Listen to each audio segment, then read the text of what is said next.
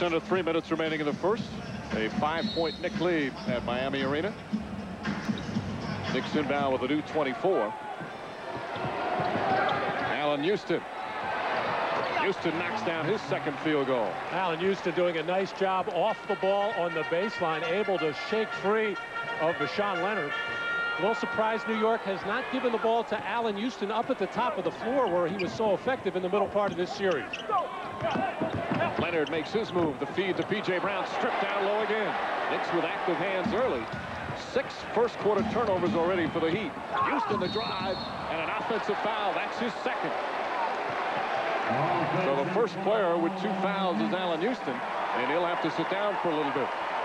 And the Knicks coaching staff all up in unison, pointing to the fact that the defensive player is standing within that dotted line, and I think he is, except for the fact that Allen Houston just totally out of control. Now, actually, he was outside, getting called by the officials. The help defender has to be outside that restricted area, and Hardaway able to come over and draw the charge.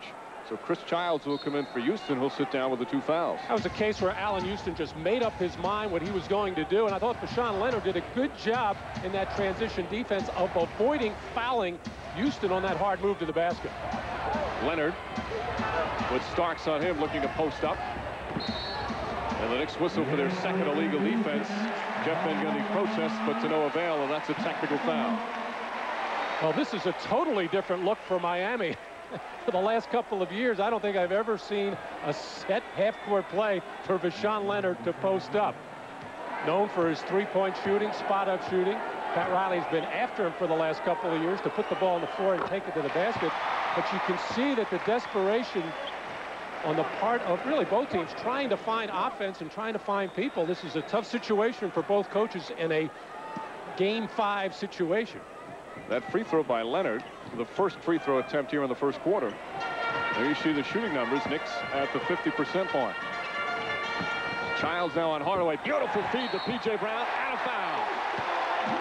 Hardaway threading the needle, and P.J. Brown with a chance for a 3-point play.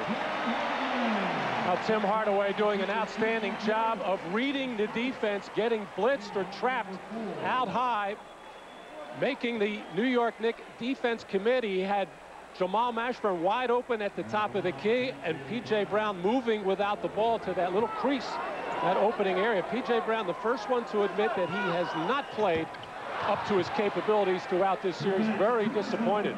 That foul on Buck Williams. Hardaway looking to pass quite a bit. Of course, Pat Riley saying that if we're expecting Tim Hardaway to get 45 points, we will lose the game.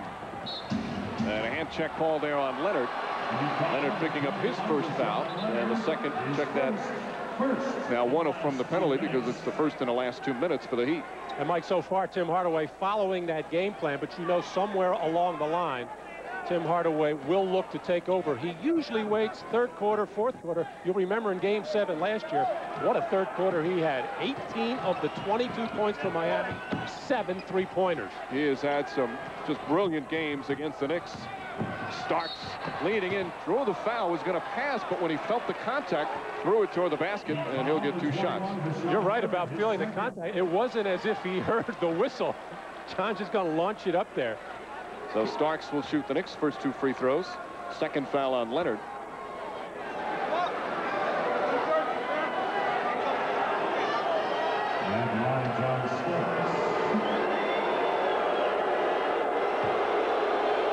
Starks really struggling down the tail end of the regular season last 2 months.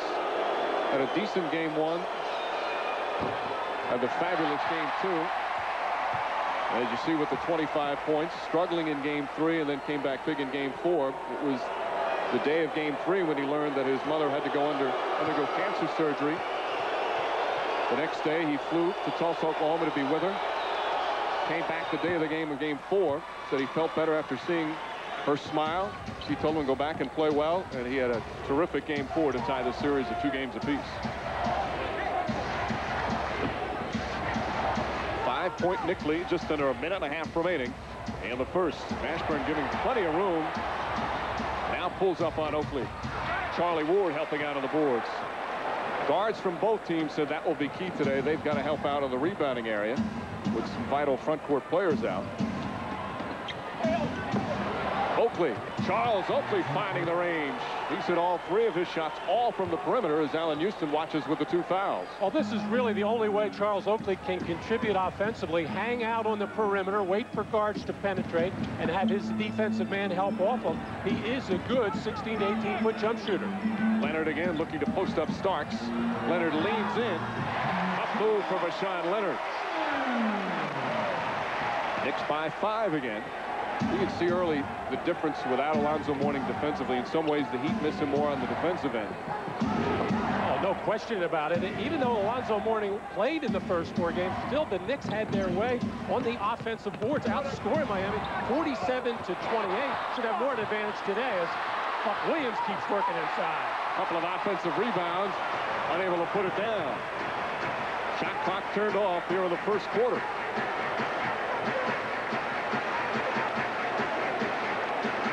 Hardaway.